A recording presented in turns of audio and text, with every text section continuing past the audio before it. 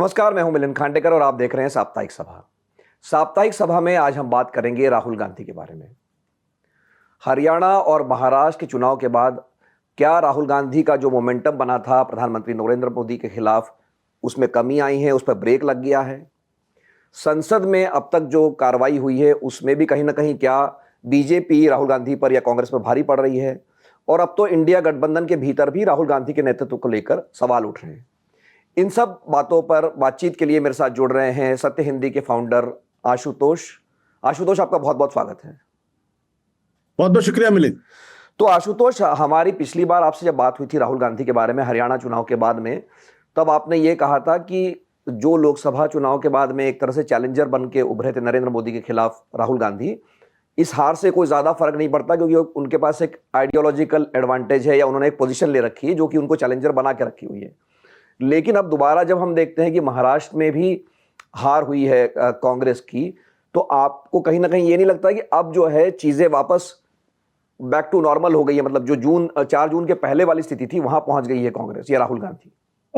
मिलिंद, बिल्कुल जो बात आप कह रहे हैं काफी हद तक या आंशिक तौर पर मुझसे सहमत हो सकता हूं, लेकिन मुझे लगता है कि चीजों को दो तरीके से देखने की जरूरत है। अगर हम इस नजरिए से देखेंगे कि हरियाणा के अंदर और महाराष्ट्र के अंदर कांग्रेस पार्टी की बुरी तरीके से हार हुई है, और महाराष्ट्र में सिर्फ कांग्रेस नहीं बल्कि पूरे इंडिया गठबंधन की हार हुई है, और जो आंकड़ा है 234 सीटों का 288 में, वो तो अपने आप में बहुत ही भयानक आंकड़ा है। एक तरीके से पूरी तरीके से वहां इंडिया गठबंधन साफ हो गया है और कांग्रेस पार्टी भी पूरी तरीके से साफ हो गई है।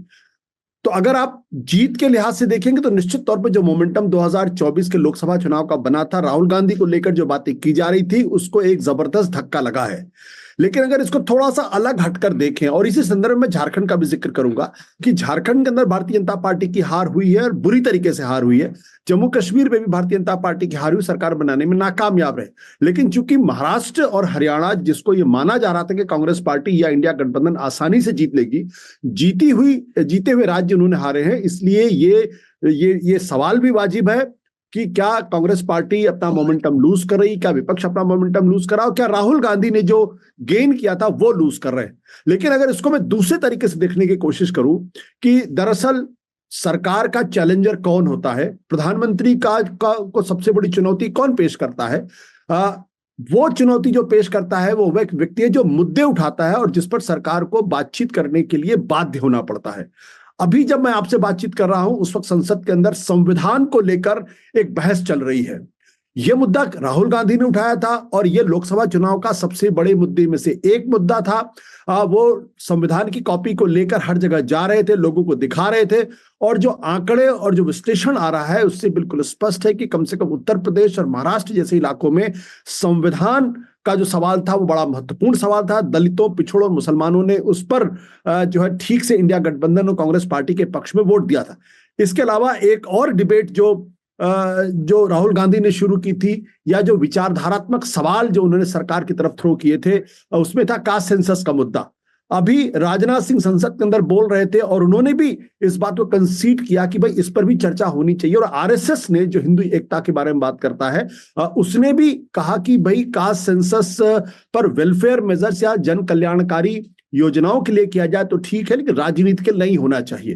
तो इसका मतलब यह कि पिछले 7-8 महीनों के या लोकसभा चुनाव के जो 2 सबसे बड़े मुद्दे थे जिसको राहुल गांधी ने उठाने की कोशिश की, उस पर वो कामयाब होते हुए दिखाई पड़ रहे हैं। और भारतीय जनता पार्टी, आरएसएस और मोदी सरकार उस पर कहीं ना कहीं जमीन कंसीड करते हुए दिखाई पड़ रही है। तो अगर आप इस लिहाज से देखें, अगर आप इलेक्टोरल पॉइंट ऑफ व्यू से देखेंगे, तो जाहिर सी बात है राहुल गांधी ने मोमेंटम लूज किया, इसमें कोई दो राय नहीं है। लेकिन अगर विचारधारा के स्तर पर मुद्दों पर चुनौती देने की बात करेंगे तो यह बात समझ में आएगी कि कहीं ना कहीं भारतीय जनता पार्टी को भी उनके मुद्दों पर समझौता करना पड़ा है और उनके समझौतों के कॉन्टेक्स्ट में अपनी रणनीति को विचारधारा के स्तर पर और चुनाव के संदर्भ में बदलने की कोशिश करनी पड़ी है। तो आशुतोष, आप सही कह रहे हैं कि संविधान पर चर्चा हो रही है क्योंकि 10 सालों में संविधान दिवस के बाद में एक बड़ी चर्चा रखी गई है और उसमें कहीं ना कहीं राहुल गांधी ने जो एजेंडा सेट किया है उस पर सरकार जवाब देने के लिए बाध्य हुई है, उस पर चर्चा करने के लिए बाध्य हुई है। हालांकि मैं दर्शकों को ये बता दूं कि अभी जब हम ये रिकॉर्डिंग कर रहे हैं ना, राहुल गांधी के भाषण की हुआ है, न प्रधानमंत्री नरेंद्र मोदी का भाषण हुआ है, तो इसके इतर हम राहुल गांधी के परफॉर्मेंस की संसद में बात कर रहे हैं। तो आशुतोष, आप इस सत्र की अगर बात करें तो राहुल गांधी ने गौतम अडानी के खिलाफ जो आरोप लगे एफबीआई की तरफ से अमेरिका की कोर्ट में, उस मुद्दे को काफी जोर शोर से उठाया और एक तरह से वो पिछले 1.5-2 साल से जो हिंडनबर्ग रिपोर्ट आने के बाद से लगातार जो बात कह रहे हैं, उसको एक तरह से उस एफबीआई का जो चार्जशीट है वो एक तरह से पुष्टि करता है कि कहीं ना कहीं कुछ गड़बड़ी है। पर अब इसके जवाब में सरकार ने इसका जवाब देने के बजाय जॉर्ज सोरस का एक तरह से आप कह सकते हैं उनको खड़ा कर दिया कि ये जॉर्ज सोरस के इशारे पर हो रहा है, सारा कुछ हो रहा है।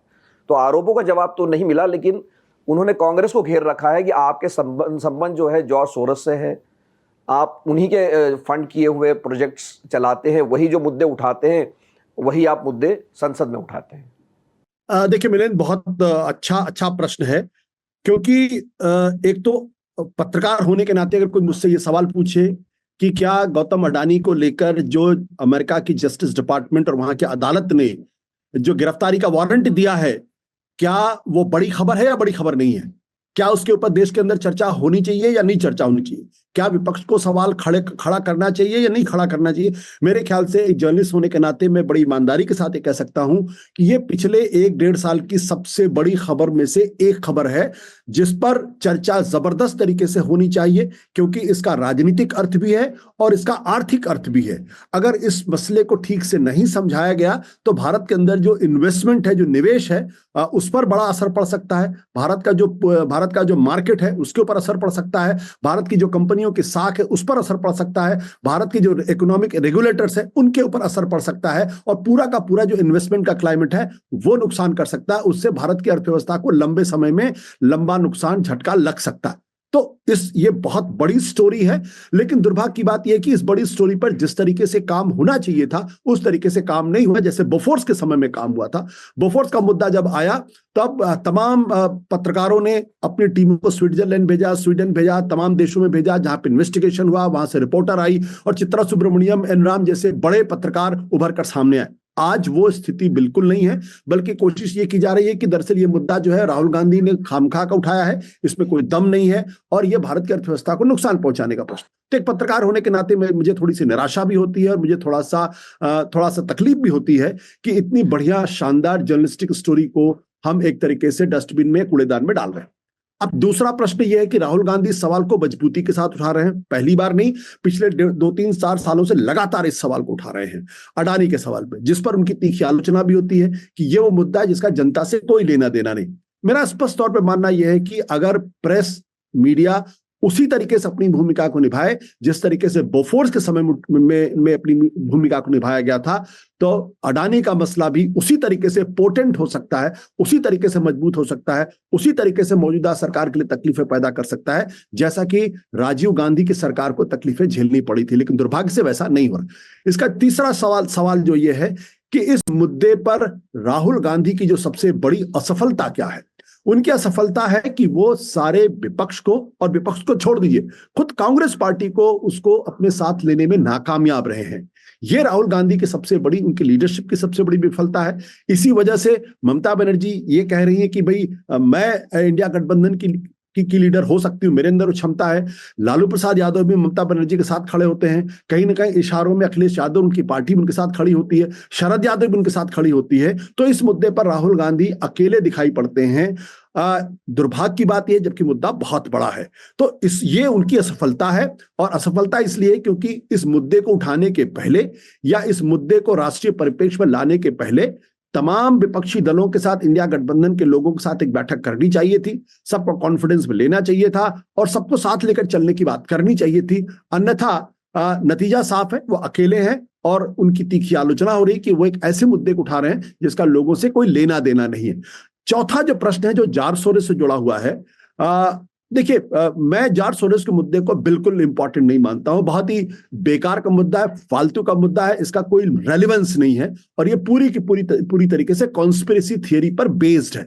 क्यों ये बात मैं कह रहा हूं? मैं इसलिए ये बात कह रहा हूं कि बिल्कुल उसी तरीके की टूल किट है जिस तरीके से 70 के दशक में इंदिरा गांधी हर मामले में विदेशी हाथ की बात करती थी। और अपने दर्शकों का ध्यान में थोड़ा सा और पीछे ले जाना चाहूंगा। 1960 के दशक में एक बहुत सनसनीखेज खबर आई थी कि CIA ने जनसंघ के लोगों को चुनाव के दौरान आर्थिक तौर पर उनकी मदद की थी। और एक किताब भी आई थी, रशिया में एक पब्लिकेशन था, उसने वो बात छापी भी थी, मैं उसका नाम भूल रहा हूं। और उसमें ये कहा गया था कि दरअसल फंड किया गया है जनसंघ के लोगों को सीआईए के द्वारा। कभी ये सब बातें प्रूव नहीं होती हैं, लेकिन जो सत्ता में होता है वो अपने को बचाने के लिए इस तरीके से काम करता है।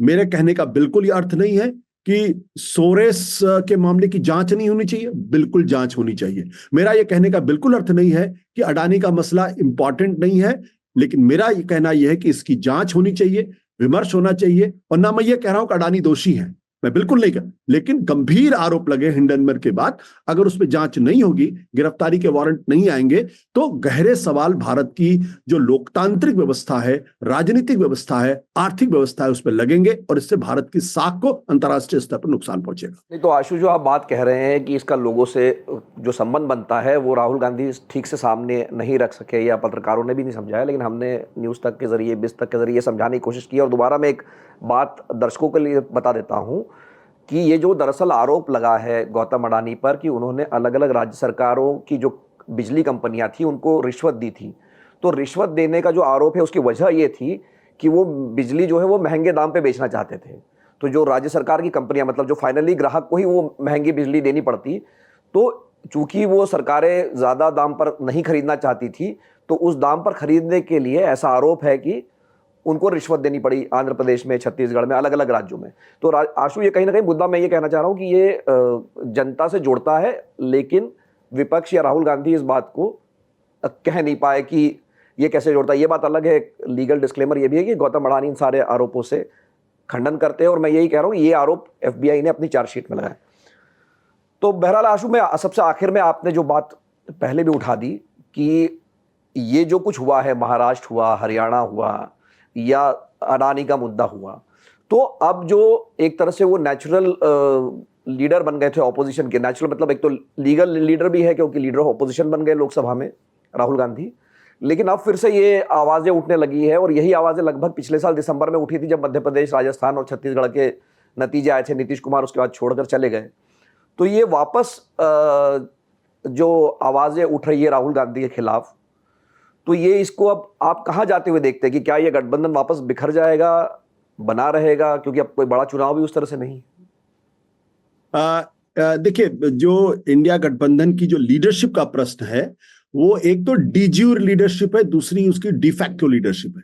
जो डीज्यूर लीडरशिप है, जो टेक्निकल लेवल पे बात करेंगे, तो इंडिया गठबंधन के प्रेसिडेंट मल्लिकार्जुन खड़गे साहब है, राहुल गांधी नहीं है जी। लेकिन चूंकि राहुल गांधी कांग्रेस पार्टी को लीड करते हैं, लीडर ऑफ अपोजिशन है, इसलिए यह माना जाता है कि डिफैक्टो लीडर उसके राहुल गांधी हैं। तो टेक्निकली अगर बात करेंगे तो मल्लिकार्जुन खड़गे उसके नेता हैं, लेकिन अगर वास्तविकता में बात करेंगे तो राहुल गांधी उसके नेता हैं, इसमें कोई दो राय नहीं है। इस घटनाक्रम के बाद से राहुल गांधी के नेतृत्व पर गहरे सवाल फिर से एक बार खड़े हो गए हैं। लेकिन आज भी कोई कम से कम यह कहने की स्थिति में नहीं, जो आज से कुछ साल पहले कहा जाता था कि राहुल गांधी पप्पू है। राहुल गांधी जो मुद्दे उठा रहे हैं उस पर सरकार को झुकना पड़ रहा है और उस पर उन्हें अकोमोडेट भी करना पड़ा। ऐसा नहीं कि अकोमोडेट नहीं करना पड़ा, ये उनकी कामयाबी है। लोगों को साथ लेके नहीं चल पा रहे, और सबसे बड़ी बात यह, खुद राहुल गांधी अपनी पार्टी को साथ लेके नहीं चल पा रहे हैं। उनकी पार्टी में उनको लेकर जिस तरीके से विश्वास होना चाहिए था, वो विश्वास नहीं दिखाई पड़ता। मुझे तो अच्छी तरीके से याद है 2019 के लोकसभा के चुनाव के बाद जब राहुल गांधी ने अध्यक्ष पद से इस्तीफा दिया था, तो अपनी चिट्ठी में उन्होंने लिखा था कि मुझे तो लगता था कि मेरी पार्टी साथ है, लेकिन मैं अकेला दिखाई पड़ रहा हूं। तो वो स्थिति भी इस मसले पर है। लेकिन यहां पे कैवियट भी मैं कैवियट ये लगाना चाहूंगा कि आज की तारीख में गौतम अडानी कोई मामूली व्यक्ति नहीं है। वो बहुत पावरफुल आदमी है, बहुत पैसे वाले आदमी है, बहुत रिसोर्सफुल आदमी है। उनके साथ पूरा सत्ता प्रतिष्ठान उनके साथ लगा हुआ है। तो बहुत सारे ऐसे लोग, और जो मेरे ख्याल से सही भी है, अगर मेरे ऊपर कोई आरोप लगेगा तो मैं खुद भी उसकी सफाई दूंगा, और मैं भी ऐसे 10-20 लोगों को इकट्ठा करने की कोशिश करूंगा जो मेरे पक्ष में बोलेंगे, और ताकि एक मेरे पक्ष में भी एक माहौल बने। ये हर उस आदमी के साथ होता है जिसके ऊपर आरोप लगते हैं, उनके पक्ष में लोग बोलते हैं। तो इसलिए मैं इन जो आवाजें सुनाई पड़ रही हैं, मैं उन आवाजों को थोड़ा with a pinch of salt लेता हूं कि राहुल गांधी की लीडरशिप को, अडानी के मसले पर जो सवाल खड़े हो रहे हैं, उसके पीछे कहीं कुछ दूसरी राजनीति तो नहीं है। और अगर दूसरी कोई राजनीति है तो फिर यकीन मान लीजिए ये आवाजें बहुत लंबे समय तक चलने वाली नहीं और दूर तक भी नहीं जाएंगी। इसका ताजा उदाहरण क्या है? आपने देखा किस तरीके से संसद के अंदर जब राज्यसभा के चेयरमैन के खिलाफ नो कॉन्फिडेंस मोशन लाने की बात हुई तो सारा विपक्ष एकजुट था। ऐसा नहीं था कि इंडिया गठबंधन में टूट हो गई या उसमें किसी तरीके से अलग तरीके, सब एकजुट। उसी तरीके से इलाहाबाद हाईकोर्ट के जज के मसले पर जब इंपीचमेंट मोशन की बात की गई तो उसमें भी सारा विपक्ष एकजुट था। यानी अगर आप ऊपर से देखेंगे तो आपको लगेगा कि इंडिया गठबंधन बिखरा हुआ दिखाई पड़ता है, लेकिन अगर आप प्रैक्टिकली देखेंगे तो एक साथ भी दिखाई पड़ते हैं। ये अजीबोगरीब स्थिति है, क्योंकि ऐसा राजनीतिक प्रयोग भारत की राजनीति में पहले कभी नहीं हुआ था कि जहां राज्यों के अंदर तो इंडिया गठबंधन में टूट फूट दिखाई पड़ती है कि दिल्ली के अंदर कांग्रेस पार्टी और आम आदमी पार्टी एक दूसरे से लड़ते दिखाई पड़ते हैं, पंजाब में भी एक दूसरे के साथ लड़ते दिखाई पड़ते हैं, लोकसभा चुनाव में साथ आते हैं, हरियाणा चुनाव में साथ आने की बात करते हैं, बंगाल में कांग्रेस पार्टी और ममता बनर्जी एक दूसरे को फूटी आंख नहीं सुहाते हैं, लेकिन नेशनल लेवल पर एक साथ दिखाई पड़ते हैं। तो ये एक अजीबोगरीब प्रयोग भारत की राजनीति में है। और उसका एक सबसे बड़ा कारण क्या है? कि उसका कारण यह है क्योंकि तमाम राजनीतिक दल जो बड़े हुए हैं वो कहीं ना कहीं एंटी कांग्रेसिज्म के नाम पर बड़े हुए हैं, इसलिए वो अपने आप को कांग्रेस के साथ बहुत स्वाभाविक नहीं मानते। दूसरा, कांग्रेस पार्टी को विपक्ष की राजनीति करने का उतना अनुभव नहीं है जितना कि दूसरी विपक्षी पार्टी, जितना कि समाजवादियों के पास है, जितना कि बीजेपी के पास है, जितना कि जनसंघ के पास था। तो ये दोनों चीजें एक साथ चल रही हैं कि विपक्ष को कांग्रेस के साथ आने में तकलीफ है क्योंकि उनका एंटी कांग्रेसिज्म का इतिहास रहा है, और कांग्रेस पार्टी को विपक्ष की भूमिका निभाने की वो आदत नहीं है, इसलिए वो सबको साथ लेकर नहीं चल पाए। लेकिन मेरा मानना है कि अडानी के मसले पर जो ये इंडिया गठबंधन में टूट दिखाई पड़ रही है, ये ज्यादा से ज्यादा इसके बारे में इतना ही कह सकता हूं कि चाय के प्याले में तूफान खड़ा करने की कोशिश की जा रही है। इंडिया गठबंधन न टूटा है न टूटेगा, क्योंकि भारत की राजनीति में विपक्ष की भूमिका बिना कांग्रेस पार्टी के पूरी हो ही नहीं सकती है। तो ये विपक्षी दलों की भी मजबूरी है कि वो कांग्रेस के साथ एकजुट दिखाई पड़े, संसद के अंदर भी और बाहर भी। और अगर एकजुट नहीं दिखाई पड़ेंगे तो विपक्ष नाम की चीज यहाँ पे कोई दिखाई भी नहीं पड़ेगी और किसी को किसी तरीके का कोई फायदा होता हुआ दिखाई नहीं पड़ा। तो साथ रहने में ही उनका फायदा है, क्योंकि सब जानते हैं जिस तरीके की सरकार केंद्र के अंदर है, अगर वो साथ नहीं रहेंगे तो सब एक एक करके निपटा दिए जाएंगे। तो संक्षेप में आशु, चूंकि आपने दिल्ली चुनाव का जिक्र किया कि इंडिया गठबंधन यहाँ नहीं है, मतलब आम आदमी पार्टी और कांग्रेस ने कल लिस्ट भी जारी कर दी है, तो इसका क्या परिणाम होगा चुनाव पर? कांग्रेस और आम आदमी पार्टी अगर अलग अलग लड़ रही है तो? मिलिंद, जब मैं आपसे बातचीत कर रहा हूं तो दो तरीके की आवाजें सुनाई पड़ रही। एक तो वो है कि अरविंद केजरीवाल स्पष्ट तौर पे कह रहे हैं हम कांग्रेस से किसी तरीके का कोई गठबंधन नहीं करेंगे, लेकिन जो जानकारी मेरे पास है, पर्दे के पीछे बातचीत भी चल रही है, यानी बैक चैनल डिप्लोमेसी भी यहाँ चल रही है। और एक कोशिश चल रही है कि जो गलती हमने हरियाणा में की वो गलती हम कम से कम दिल्ली में ना करें, कि हम बहुत कॉन्फिडेंस में है कि हम दिल्ली जीत जाएंगे। जिस तरीके से कांग्रेस पार्टी हरियाणा में बहुत कॉन्फिडेंस में थी कि हम जीत जाएंगे, और अंत में क्या हुआ? तो हरियाणा और महाराष्ट्र की हार के बाद विपक्ष इस वक्त दहशत में है, खौफ में है कि हम बहुत ज्यादा कॉन्फिडेंट हो जाएं कि दिल्ली में तुमको 50 सीटें आम आदमी पार्टी की आ रही हैं और अंत में नतीजा क्या हो, पता चला 35 भी नहीं पार कर पाए। तो बातचीत भी पीछे चल रही है और कई सारी ताकतें, फोर्सेस हैं जो ये इसमें लगी हुई हैं कि हरियाणा महाराष्ट्र का उदाहरण जो है वो दिल्ली में दोहराया नहीं जाना चाहिए। अगर ऐसा हो गया तब तक पूरा का पूरा विपक्ष ही डिमोरलाइज हो जाएगा और फिर कोई उम्मीद दिखाई नहीं पड़ेगी। तो ऑन द सरफेस ये बात सच है कि कांग्रेस और आम आदमी पार्टी एक दूसरे के खिलाफ तीखे हमले कर रहे हैं और गठबंधन की सूरत नहीं दिखाई पड़ रही है, लेकिन पीछे ऐसी ताकतें भी हैं जो चाहती हैं कि गठबंधन हो, भले ही कुछ सीटों पर फ्रेंडली फाइट अगर होती है तो हो। बहुत बहुत धन्यवाद आशुतोष इस बातचीत के लिए। तो आशुतोष ने अभी अभी एक खबर हमें दी कि भले ही कांग्रेस और आम आदमी पार्टी का गठबंधन पब्लिकली टूट गया है, केजरीवाल ने घोषणा भी कर दी है कि गठबंधन नहीं होगा, लेकिन पर्दे के पीछे अभी भी कोशिशें जारी है कि हरियाणा जैसी गलती दिल्ली में ना की जाए, बहुत ज़्यादा आत्मविश्वास में जाकर चुनाव ना लड़ा जाए। बहरहाल हमारा जो मुख्य मुद्दा था कि क्या राहुल गांधी घिर गए हैं महाराष्ट्र की हार के बाद, और संसद में भी जिस तरह से कार्रवाई चली है, तो आशुतोष ने उससे समझाया कि अभी भी चैलेंजर, भले वो कमज़ोर है या मजबूत है, राहुल गांधी बने हुए हैं जो कि आइडियोलॉजिकली टक्कर दे रहे हैं नरेंद्र मोदी को। और इसका एक उदाहरण ये भी है कि संविधान पर बहस हो रही है संसद में। तो साप्ताहिक सभा का ये अंक देखने के लिए आपका बहुत बहुत धन्यवाद। अगर आपके कोई सवाल है तो कमेंट बॉक्स में लिखिए, अगली बार हम इसका जवाब देंगे।